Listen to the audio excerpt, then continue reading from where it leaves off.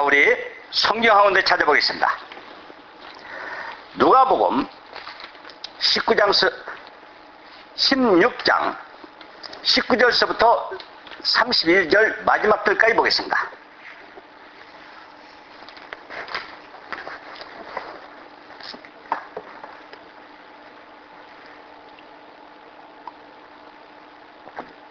누가복음 16장 19절서부터 마지막 절까지 보겠습니다. 한 부자가 있어 자색 옷과 고운 베옷을 입고 날마다 호화를 연락하는데 나사로라 이름한 한 거지가 헌대를 앓으며 그 부자 대문에 누워 부자의 상에 떨어지는 것으로 배불리려 하매 심지어 개들이 와서 그 헌대를 핥더라. 이에 그 거지가 죽어 천사들에게 받들려 아브라함의 품에 들어가고 부자도 죽어 장사되매 저가 음부에서 고통 중에 눈을 들어 멀리 아브라함과 그의 품에 있는 나사로를 보고 불러가르되 아버지여, 아버지 아브라함이여, 나를 궁인히 여기사 나사로를 보내어 그 손가락 끝에 물을 찍어 내 혀를 서늘하게 하소서. 내가 이 불꽃 가운데서 고민하나이다. 아브라함이 가로되 예, 너는 살았을 때 좋은 것을 받았고 나사로는 고난을 받았으니 이것을 기억하라. 이제 저는 여기서 위로를 받고 너는 고민을 받느니라. 이뿐 아니라 너희와 우리 사이에 큰 구렁이 끼어 있어 여기서 너희에게 건너가고자 하되 할 수가 없고 거기서 우리에게 건너올 수도 없게 하였느니라. 가로되 그러면 구하노니 아버지여 나사로를 내 아버지 집에 보냈어. 내 형제 다섯이 있으니 저에게 증거하게 하여 저희로 이 고통받는 곳에 오지 않게 하소서. 아브라함이 가로되 저희에게 모세와 선지자들이 있으니 그들에게 들을지니라. 가로되 그렇지 아니하나이다. 아버지 아브라함이여, 만일 죽은 자에게서 저희에게 가는 자가 있으면 회개하리다. 가로되 모세와 선지자들에게 듣지 아니하면 비록 죽은 자가 가운데서 살아나는 자가 있을지라도 고난을 받지 아니하리라 하였다 하시니라.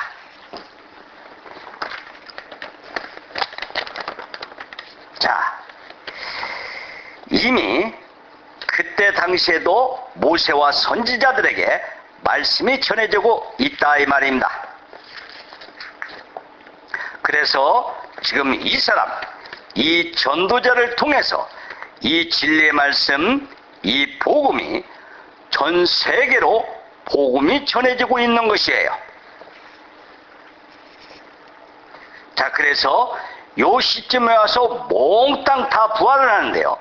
자, 성경 한 군데 또 찾아보겠습니다. 요한복음 5장 29절 말씀을 보겠습니다.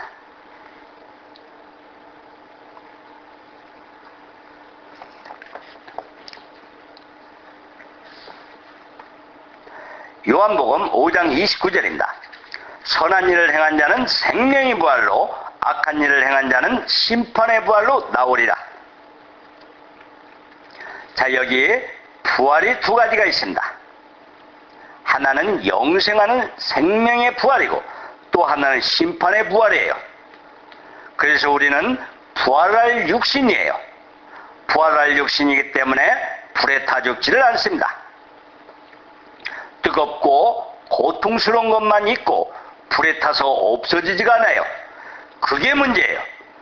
차라리 타 죽고 없어지면 다행인데 타 죽을 수가 없는 거예요. 여러분 생각에 죽은 사람이 어떻게 부활을 하느냐, 이렇게들 생각들을 하시겠죠. 우리가 현재 이 두 뇌를 가지고는 어떻게 부활을 할 것인지 상상하기도 힘듭니다. 그런데 이미 부활한 예가 있어요. 예수님이 죽으시고 사흘 만에 부활을 하셨습니다. 그 예수님의 부활이 뭐냐면은 이 세상 모든 사람이 부활을 한다는 것을 증거하는 거예요. 또 예수님이 죽은 사람을 몇 번 살리셨는데 예수님이 말씀하시기를 나는 부활이요 생명이니 나를 믿는 사람은 죽어도 살고 살아서 믿는 사람은 영원히 죽지 아니라, 이렇게 말씀을 하셨습니다. 자, 그래서 여러분들 한편으로 생각하면은 사람이 부활이 있어야 되지, 부활이 없는 이 육신이 살다가 죽어버릴 인간을 하나님이 뭐하러 만드셨겠습니까? 하나님이 하시는 일은 저번 시간에도 말씀을 드렸듯이 모든 것이 완벽하고 모든 것이 완전해야 돼요. 우선 이 육신을 가지고 살다가 이 육신이 역시 죄를 지은 육신이기 때문에 다시 살아나도록 되어 있는 게 하나님의 계획입니다. 그래서 사람들이 부활을 하거나 육신이 들림을 받거나 그래서 영생을 하거나 그래야 하나님은 완전한 하나님이 되시는 거지. 자, 요즘 유전공학이라는 게 다 무엇입니까? 전자공학이 무엇이고 인공위성을 만들어 우주에 쏘아 올리는 게 다 뭐냐면은 보다 나은 것을 추구해가는 그런 과정이라는 것입니다. 그 속에서 굉장한 것을 만들어 가잖아요. 이 지구가 위험하니까 저 전체에 가서 어디 살 곳이 없을까 해서 인공위성을 만들고 컴퓨터라는 것을 만들어 전 세계가 컴퓨터에 완전히 지배를 받는 그런 세상이 되고 말았어요. 자, 그렇지만 인간은 한계가 있습니다. 사단이 인간을 지배하고 있기 때문에 인간을 통해서 하나님을 대적하려는 도전의식을 가지고 있어요. 그러나 하나님은 죽은 자를 부활시켜서 생명의 부활로 천국에, 또 심판의 부활로 지옥으로 들어가게 만듭니다. 자, 그래서 우리는 부활할 몸이라서 다 죽지를 않아요. 고통스럽기만 할 것입니다. 그래서 예수님이 하신 말씀을 이제 좀 이해를 하게 될 것입니다. 살인한 사람은 심판을 받는다고 하였지만 노한 사람은 노한 만큼 심판받고 거짓말한 사람은 거짓말한 만큼 심판을 받고 살인한 사람은 살인한 만큼 훨씬 더 큰 고통이 있을 것입니다. 그래서 여러분들이 이 말씀을 듣고 보아도 구원을 못 받거든 죄라도 적게 지어라 이 말입니다. 지옥불의 그 뜨거운 고통을 조금이라도 덜 느끼려면 죄라도 덜 지어라 이 말이에요. 자, 마태복음 5장 25절을 또 보겠습니다.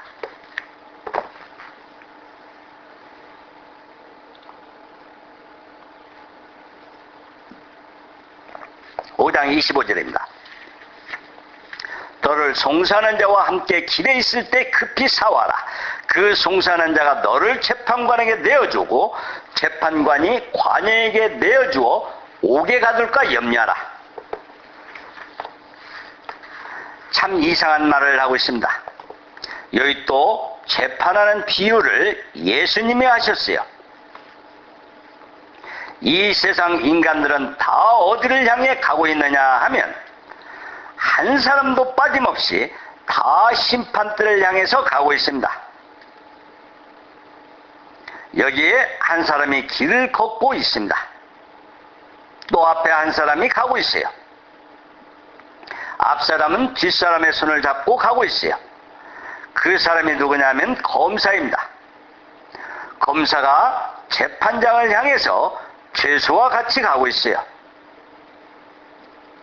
사실은 경찰이 데리고 가죠. 교도관이나 경찰이 하는 일이에요. 이 검사가 죄인들을 데리고 재판받으러 가는 겁니다. 그게 기수라는 겁니다. 검사가 기수를 한다는 말이 무슨 말이냐면 판사에게 넘겨가지고 이걸 재판해 주십시오 하는 겁니다. 그것이 검사의 역할이에요. 뒤에 사람이 죄를 지어 재판받으러 가는 중이에요. 이게 무슨 뜻이냐면은 이 세상 사람은 한 사람도 남김없이 다 이 길을 가다가 딴 곳으로는 갈 수가 없어요. 딴 곳으로는 절대로 못 갑니다. 다 이 길로만 가요. 전부 다 심판대를 향해서 가고 있는 것입니다. 그런데 예수님이 이 말씀을 하시면서 뭐라고 하셨느냐 하면 이 죄인을 보고 하시는 말씀입니다.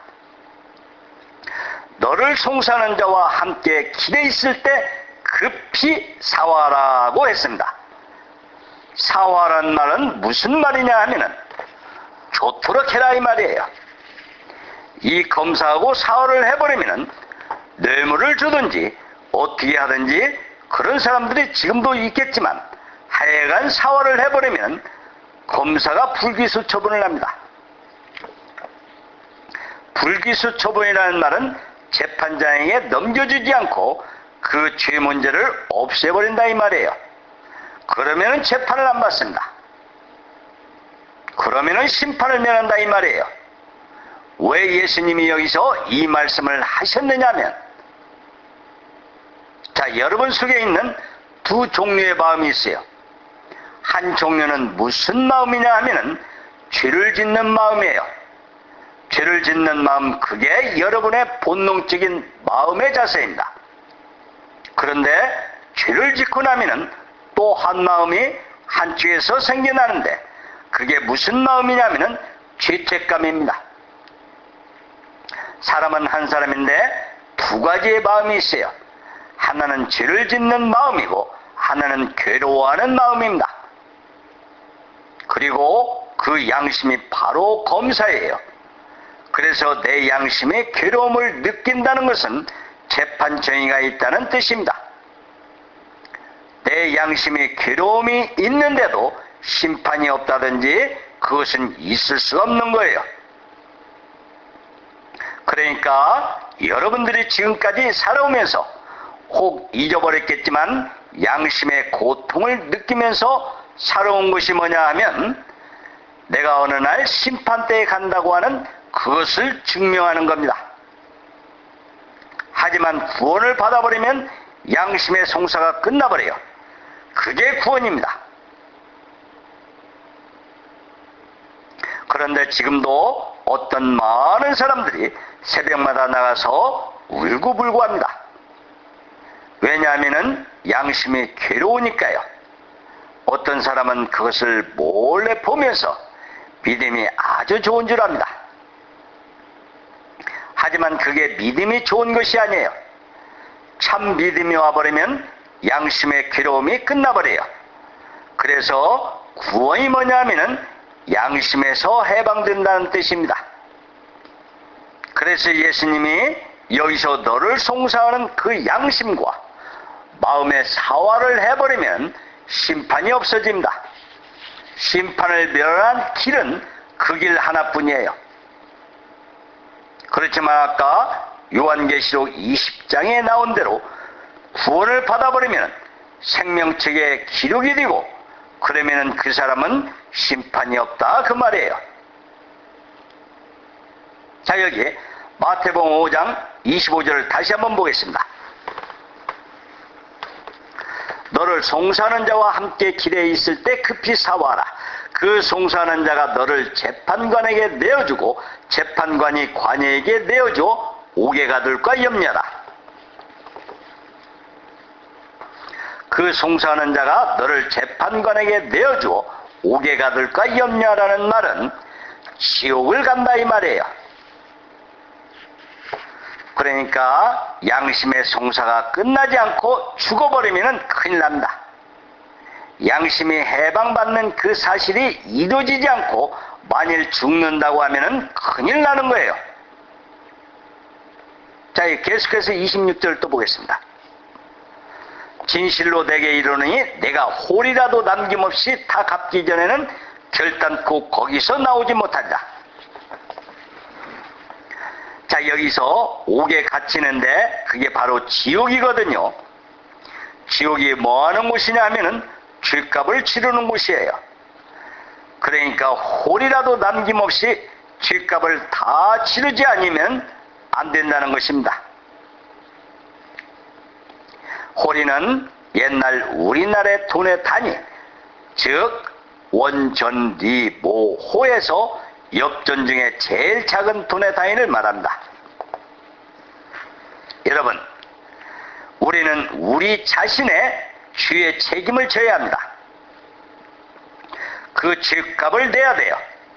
사람들은 이 세상법에 붙잡히지 않으니까 그냥 죄를 짓고 아무렇지 않다고 숨어 살지 모르지만 하나님 앞에서는 절대로 그럴 수가 없어요. 세상 법은 몰라도 하나님 법은 지켜야 됩니다. 하나님의 눈은 피할 수가 없어요. 내가 내 죄를 잊었어도 하나님은 다 기억하고 계십니다. 자, 여기 또 성경 한 군데 찾아보겠습니다. 5장 27절에서 30절까지 보겠습니다. 마태복음 5장 27절에서 30절까지예요. 또 가늠치 말라 하였다는 것은 너희가 들었으나 나는 너희에게 이르노니 여자를 보고 음욕을 품는 자마다 마음에 이미 가늠을 하였느니라. 만일 내 오른 눈이 너로 실족해 하거든 빼내버리라. 내 백체 중 하나가 없어지고 온몸이 지옥에 던지우지 않는 것이 유익하며 또한 만일 내 오른손이 너를 실족해 하거든 찍어내버리라. 내 백체 중 하나가 없어지고 온몸이 지옥에 던지우지 않는 것이 유익하니라. 자, 이게 무슨 말이냐 하면은 여자의 경우 남자를 보고, 남자의 경우 여자를 보고 행동으로는 죄를 짓지 않았지만 마음으로 음욕을 품었다 하면 벌써 죄를 지은 겁니다. 마음으로 음란을 품었다 하는 것은 눈으로 짓는 죄를 말합니다. 남의 물건을 훔치지 않았지만 탐을 내는 것도 벌써 죄를 지은 거예요. 그래서 예수님이 이 말씀을 하시면서 너의 오른 눈이 너를 실족해 하거든 빼어내버리라. 그 오른 눈으로 누구를 째려본다든가 하면 죄를 지은 것입니다. 그래서 빼어내버리라 하는 것이에요. 그 다음에 오른손이 죄를 짓거든 손을 잘라버리라고 하셨습니다. 하지만 이 뜻은 진짜로 자르라는 것이 아니에요. 제가 한 10여 년 전에 어떤 사람을 봤더니 손에 붕대를 메고 있길래 왜 그러느냐고 했더니 손가락에 하도 죄를 지어가지고 잘라버렸대요. 하지만 그래도 소용이 없어요. 왜냐하면 그렇게 해봤자 죄는 마음에 남아있습니다. 그래서 전에도 말씀을 드렸지만 부모로부터 죄를 물려받았기 때문에 죄를 짓는 거예요. 그러나 심판은 죄를 많이 지었느냐 적게 지었느냐, 큰 죄를 지었느냐 작은 죄를 지었느냐, 거기에 따라서 심판이 다른 겁니다. 우리가 이렇게 성경을 가만히 읽어보니까 여러분 무사할 수가 없잖아요. 자, 그렇다면 자기가 얼마나 위험한 상태인지 알 것입니다.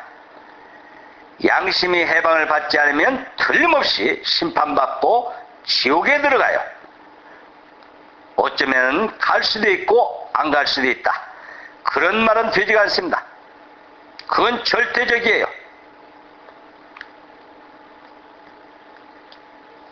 자, 또 성경 한 곳을 보겠습니다. 로마서 1장 18절에서 20절까지 보겠습니다.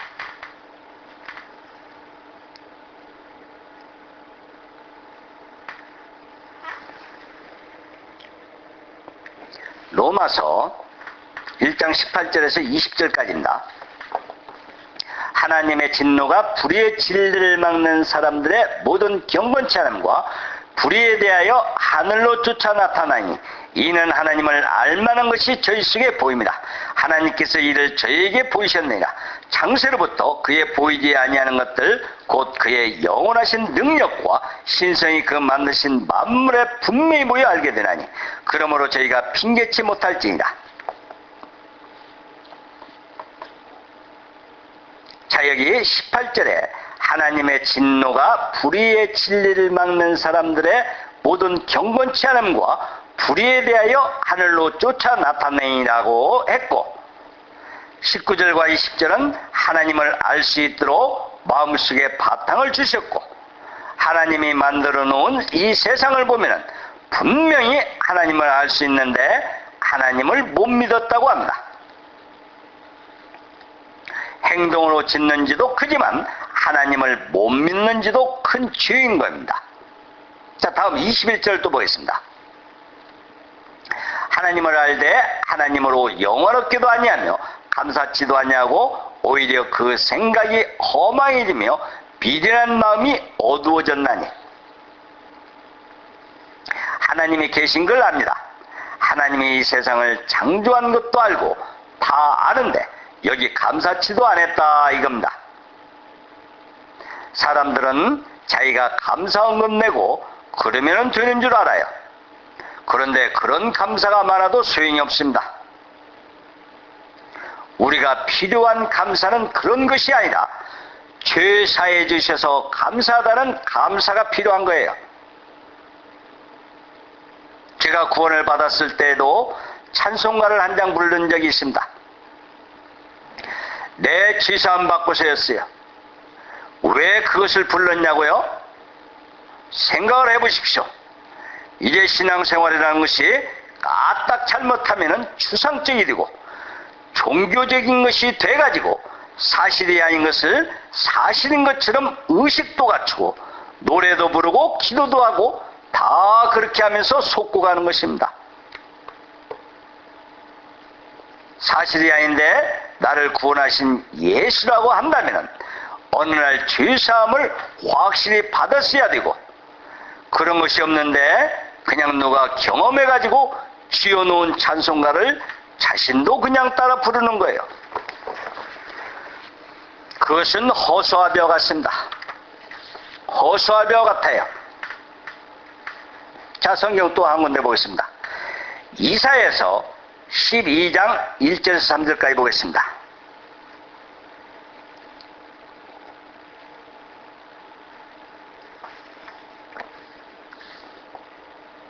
이사야서 12장 1절 3절까지입니다. 그날에 내가 말하기를 여호와여 주께서 전에는 내게 노하셨사오나 이제는 그 노가 쉬었고 또 나를 안위하시하오니 내가 주께 감사하겠나이다 할 것이라. 보라, 하나님은 나의 구원이시라. 내가 의뢰하고 두려움이 없으리니 주 여호와는 나의 힘이시며 나의 노래시며 나의 구원이심이라. 그러므로 너희가 기쁨으로 구원의 우물들에서 물을 기르리로다. 이 말은 전에는 하나님이 무섭고 겁나고 그랬는데 어느 날 그런 것이 없어졌다는 말이에요. 무섭고 노하셨던 그런 하나님이셨는데 이젠 제 죄가 끝이 났습니다. 하나님의 노가 없어졌습니다. 하나님, 나는 감사합니다. 내가 이 구원의 우물에서 물을 길른다는 말은 그 구원을 기초로 해서 감사하면서 신앙생활을 하는 거예요.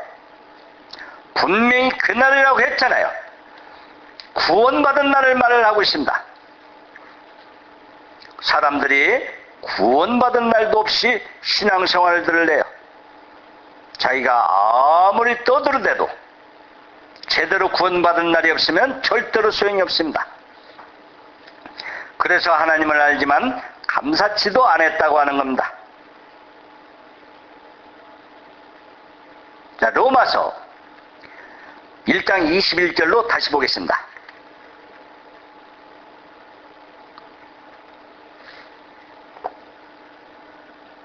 로마서 1장 21절입니다. 하나님을 알되 하나님으로 영원롭게도 아니하며 감사치도 아니하고. 구원의 기초는 이제 반석처럼 구원의 터가 더 잡혀가지고 그 위에 이런 감사 저런 감사, 감사가 쌓여야 합니다. 구원이라는 기초는 없고 그냥 뭐 부흥이 집히다 하면은 특별히 강대상에다가 뭘 갖다 놓고 그러잖아요. 제가 어느 날 큰 부흥회에 참석한 적이 있었습니다. 큰 집회 장소에서 사람들이 많이 모여 집회를 하였는데, 그때 어떤 부인이 강대상 위에다가 웬 봉투를 하나 척 얹혀 놓는 것을 봤어요. 거기에 편지가 같이 곁들여 있었는데요. 그 편지의 사인이 무엇인가 하면은, 저를 위해 기도해 주십시오. 저는 거듭나지 못해서 참 고통스럽습니다. 그래서 그 돈 봉투를 선물로 삼아 가지고 기도해 주십시오 하니까, 그러니까 이제 아주 좋은 거금의 선물을 받아 가지고 이 목사라는 사람이 그 부인을 보고 벌써 은혜를 충만하게 받은 사람이라고 하면서 자기가 이미 판정을 먼저 다 해버렸습니다. 부인은 자기가 거듭나지 못해서 마음이 너무 괴로우니까 기도를 해달라고 하니까 엉뚱한 동문서답을 하는 거예요. 이 사람은 벌써 은혜를 많이 받은 사람이라고. 은혜 받기는 뭘 받아요? 그렇게 속는 것입니다. 자, 다음 22절에서 23절까지 또 보겠습니다. 스스로 지혜 있다 하나 무던하게 되어 썩어지지 아니하는 하나님의 영광을 썩어질 사람과 금수와 버리기 형상으로 우상으로 바뀌었느니라. 하나님을 믿는다고 하면서 마음에는 우상이 있습니다. 하나님이 만들어 놓으신 그것을, 그 썩어질 것을 더 사랑하고 그런 것들을 더 염려하는 그런 우상이 우리에게 있어요. 여러분 마음속에 그런 게 없는지 잘 생각해 보십시오. 자, 24절과 25절을 또 보겠습니다. 그러므로 하나님께서 저희를 마음의 정욕대로 더러움에 내어 버리도사 저희 몸을 서로 욕되게 하셨으니, 이는 저희가 하나님의 진리를 거짓 것을 받고 피조물을 거짓 것으로 받고 피조물을 조물주보다 더 경배하고 섬깁니다. 저는 곧 영원히 찬송할 이시로다. 자, 피조물이 뭔가 하면은 하나님이 만들어 놓으신 물건, 그것이 피조물입니다. 사람도 피조물, 돈도 피조물, 집도 피조물. 그것을 만드신 창조주가 더 귀하냐, 그 만들어 놓은 그 물건이 더 귀하냐. 사람들은 예수를 믿는다고 해도 다 하나님보다는 하나님이 만들어 놓은 것을 더 귀하게 여겨요. 내 자식 새끼가 더 귀하고, 내 집이 더 귀하고, 내 장롱 속에 있는 보석이 더 귀하고, 돈이 더 귀하고, 그러면서 그 마음은 하나님을 사랑하는 마음이 전혀 없습니다. 지금 많은 사람들이 하나님을 믿으면서 그렇게 해왔다 이 말이에요. 자, 계속해서 26절과 27절도 보겠습니다. 이를 인하여 하나님께서 저희를 부끄러운 욕심에 내어버리셨으니 곧 저희 여인들도 순리대로 쓸 것을 받고 영리로 쓰며, 이와 같이 남자들도 순리로 여인 쓰기를 버리고 서로 향하여 음욕이 부릴 듯하며 남자가 남자로 더불어 부끄러운 일을 행하여 저희가 그랬음에 상당한 보응을 그 자신에게 받았느니라. 자, 여기 보세요.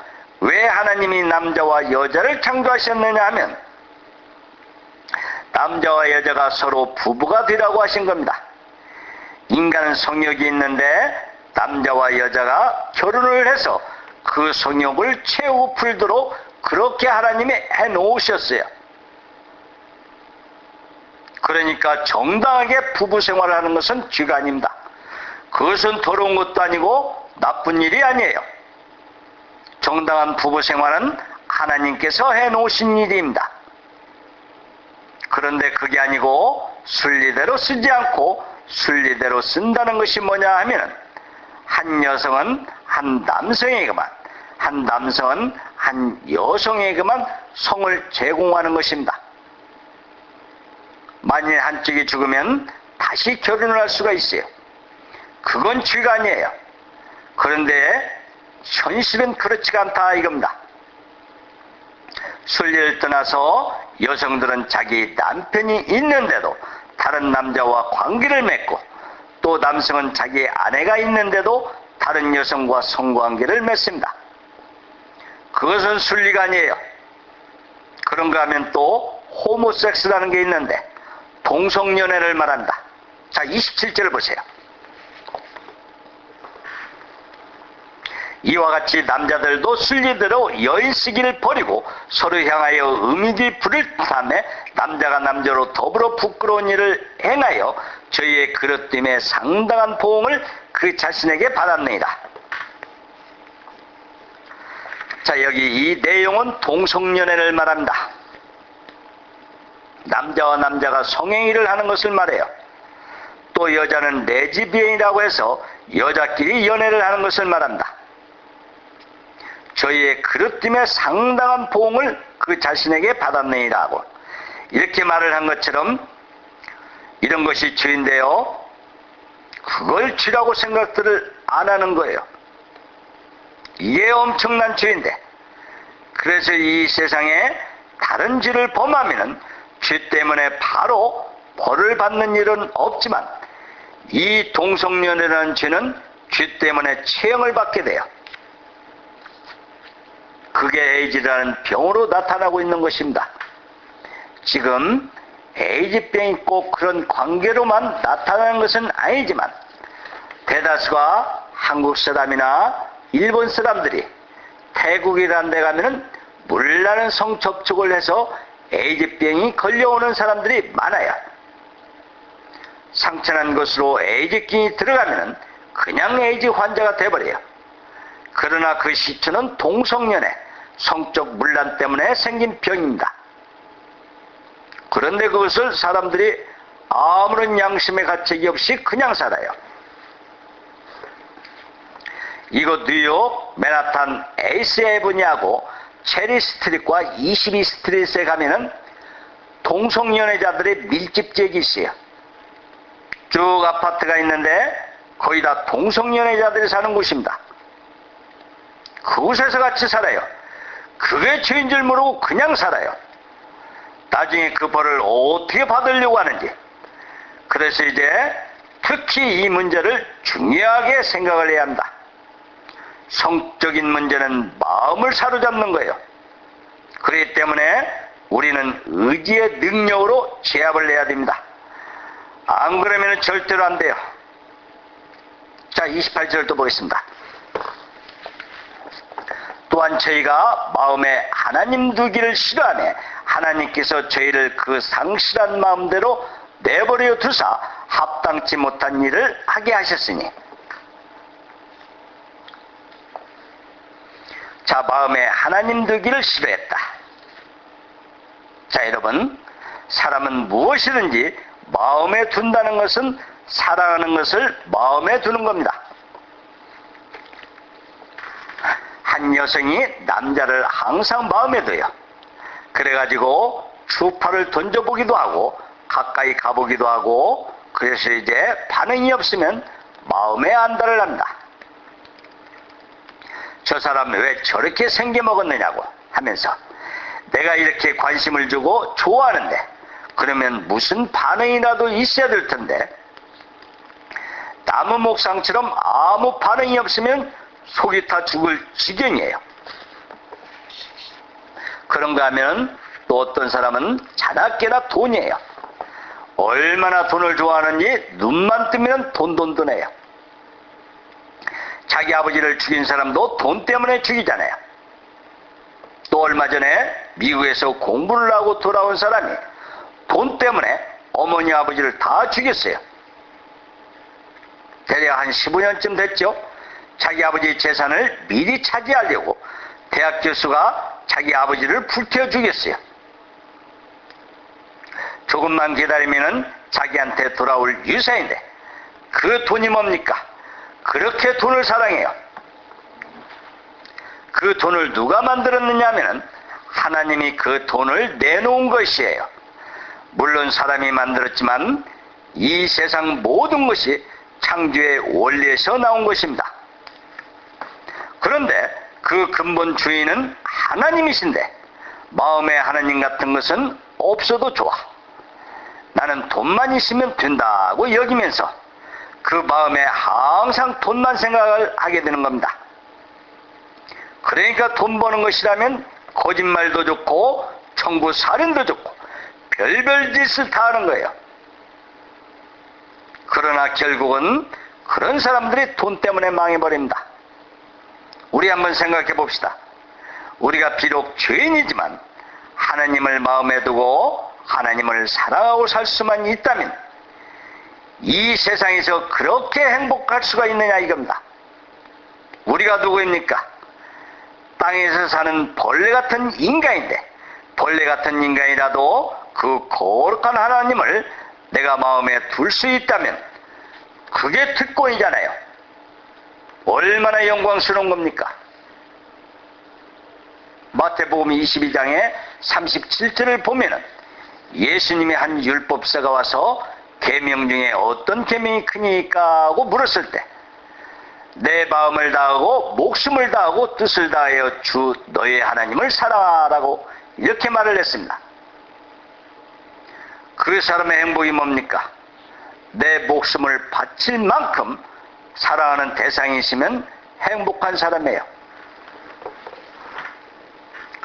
우리나라의 과거에 독립운동을 할 때 보면은 유명한 사람들이 있잖아요.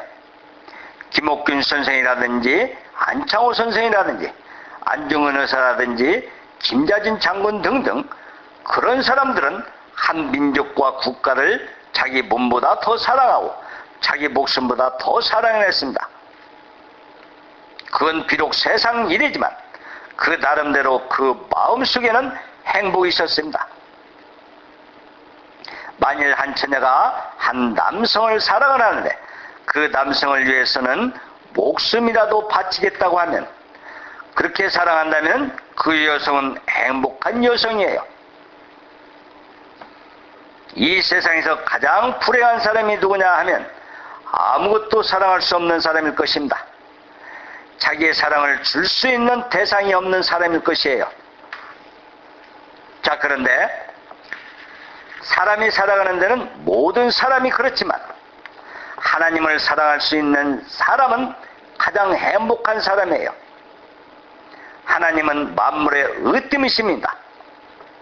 모든 것이 다 하나님께로부터 나온 것이에요. 가만히 생각을 해보세요. 내 마음으로는 아무리 해도 하나님이 사랑해지지 않는다면 그게 죄 때문에 그럴 것입니다.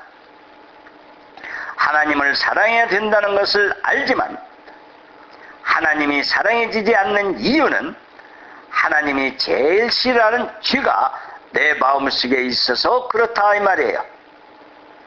죄가 있는데 어떻게 하나님을 사랑을 해요? 하나님을 사랑할 수 없는 자체가 죄라는 뜻입니다. 네, 그러니까 어느 날 그 죄가 하나님 앞에 심판을 받습니다. 저는 어느 날 구원받은 후 하나님 앞에 오늘 당장 죽으라면 죽겠습니다. 이런 약속을 했습니다. 저는 너무 큰 하나님의 자녀가 되어 있기 때문에 감사할 수밖에 없었어요. 뭐니 해도 이 마음속에 하나님의 참 사랑을 알았기 때문에 사랑하는 마음이 생기는 거예요. 자, 다시 성경 한 구절 보겠습니다. 디모데후서 3장 1절에서 4절까지 보겠습니다.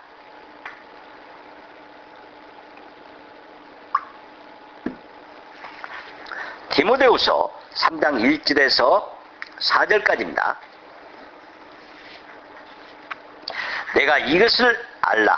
말세에 고통하는 때가 이르리니 사람들은 자기를 사랑하며 돈을 사랑하며 자긍하며 교만하며 회방하며 부모를 거역하며 감사치 아니하며 거룩하지 아니하며 부정하며 원통함을 풀지 아니하며 참소하며 절제하지 못하며 사나하며 선한 것을 좋아 아니하며 배반하며 팔며 조급하며 자고하며 쾌락을 사랑하기를 하나님 사랑하는 것보다 더하며. 자, 이게 뭐냐면 바로 말세의 징조다 이 말입니다. 말세에 고통하는 때가 어떠한 현상으로 나타나느냐 하면 자기를 사랑하며 자기밖에 사랑할 줄 모르는 것입니다. 그렇기 때문에 자기를 낳아 길러준 부모를 칼로 죽이는 거예요. 그리고 돈을 사랑하기 때문에 그런 거예요. 그 다음에 쾌락을 사랑하기를 하나님 사랑하는 것보다 더하여 사람들은 잠시라도 쾌락이 있어야 살지 쾌락이 없으면 못 삽니다. 사람 속에 허전한 것이 있잖아요. 쓰디쓴 것이 있습니다. 가만히 있으려고 하면 속에서 화가 나요. 답답하고 허전하고 그런 것이 막 올라와요. 그러니까 이 쓴맛이 올라오는데 이걸 억누르려고 하니까 술을 마시거나 고성방가로 악을 쓰며 노래를 불러야 돼요. 그러니까 요즘 노래는 젊은 아이들이 부르는 롱뮤직이라는 것도 막 떠들고 온몸을 흔들어가며 부르는데 도대체 무슨 노래인지 모릅니다. 공부를 해도 요즘은 귀에다가 그것을 꽂아야 공부가 된대요. 아주 미쳐 돌아가는 세상입니다. 조용히 있을 수가 없어요. 조용히 있으면 씁쓸한 게 막 올라와요. 또 명절에 고향에 가는 귀성객들을 TV로 보면 고속도로가 꽉 막히니까 그동안을 못 참아서 고수톱들을 내요. 잠시 동안도 그것을 못 견디는 거예요. 뭔가 답답하고 괴로우니까 이 마음을 그냥 두지를 않고 뭔가 채워야 돼요. 그러니까 쾌락을 찾게 되는 거예요. 마시고 춤추고 노래하고 왜 미친 사람처럼 흔들고 노래를 불러야 되나요? 이 세상이 이제 그렇게 되어버렸습니다. 그게 말세의 징조다 이 말입니다. 고통하는 때입니다. 사람들의 마음속에는 이제 하나님이 떠나버렸습니다. 하느님 같은 것은 필요가 없다고 생각을 하니까 이런 세상이 된 거예요. 그래도 하나님의 마음을 가진 사람들이 좀 더 많으면 어느 정도는 덜할 것입니다. 자기 자신을 가만히 한번 생각들 해보세요. 내 마음 속에서 하나님을 사랑하는 마음이 있는가? 그것이 없다면 죄 때문에 그럴 것입니다. 죄는 하나님을 싫어하니까요.